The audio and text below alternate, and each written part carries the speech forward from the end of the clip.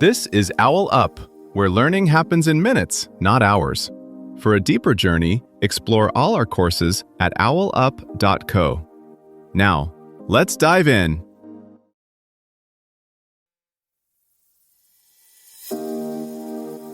Welcome to Chapter 1 of our series, Produce Your First Electronic Music Track. In this episode, titled Introduction to Electronic Music Production, we'll uncover the key components that form the backbone of electronic music creation. So, whether you're a complete beginner or just brushing up on the basics, let's dive in. A song topping today's charts might be produced on a laptop at a kitchen table. No studio, no band, just software and curiosity. You press one key, and a whole universe of sound reacts instantly. The paradox is simple. Electronic music feels futuristic, yet it's more accessible than ever. In this series, we'll slow down and actually look under the hood of how a track comes to life. Not with abstract theory, but by tracing the real path your sounds travel, from the first note you trigger to the final file you export and send to a friend. Think of it less as learning software, and more as learning a new instrument whose keys just happen to be mouse clicks, MIDI notes, and waveforms. We'll unpack the core tools you'll touch on your very first day, the DAW where all your ideas live, the virtual synths that generate tones, the samplers that reshape recorded sound, and the simple controller gear that turns your hands into performance. Along the way, you'll see how structure, sound design, and technology quietly team up in every track you love, so you can start shaping your own. On day one, it's tempting to chase a pro sound, but the real starting point is understanding how audio actually moves through your setup. Every click, key press, or recorded note becomes a signal that travels through your computer, picking up color and character at each step before it reaches your ears again.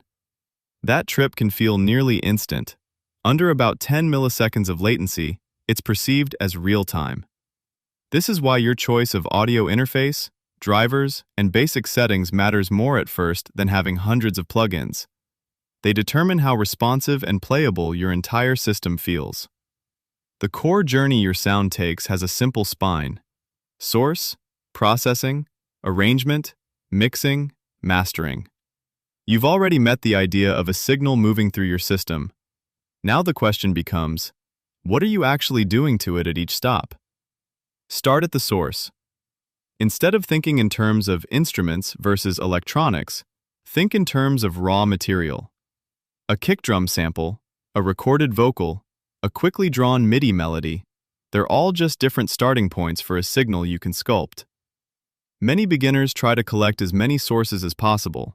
In practice, a few well-chosen sounds that complement each other beat a folder with thousands you barely know.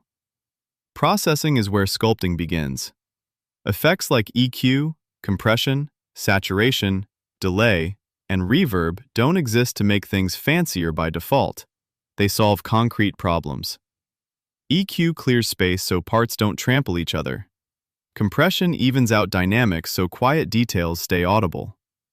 Reverb creates a sense of space, so a dry, close sound feels like it's in a room, a hall, or even something surreal and impossible. Each processor answers a specific question: louder or softer, brighter or darker, closer or farther.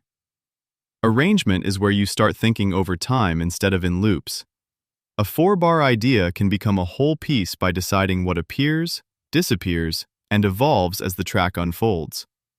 That might mean slowly opening a filter, dropping elements out before a chorus, or reserving your heaviest bass for one key moment. Many electronic tracks you love are built from surprisingly few parts. The drama comes from when those parts are allowed to speak. Mixing ties these threads together by focusing on relationships. Faders and pan knobs are your primary tools here. Which element leads, which supports, and where each sits left to right. Instead of asking, does this sound good in isolation? You start asking, does this still help the song when everything else is playing? Finally, mastering zooms out even further. You're no longer adjusting individual tracks. You're nudging the finished stereo file so it translates across headphones, cars, and club systems. Think of it like adjusting the final blueprint of a building so it stands safely in different climates and environments without changing the rooms inside. At every stage, the process is iterative.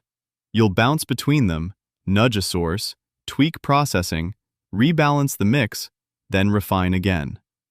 Each pass teaches your ears what truly matters for your own sound.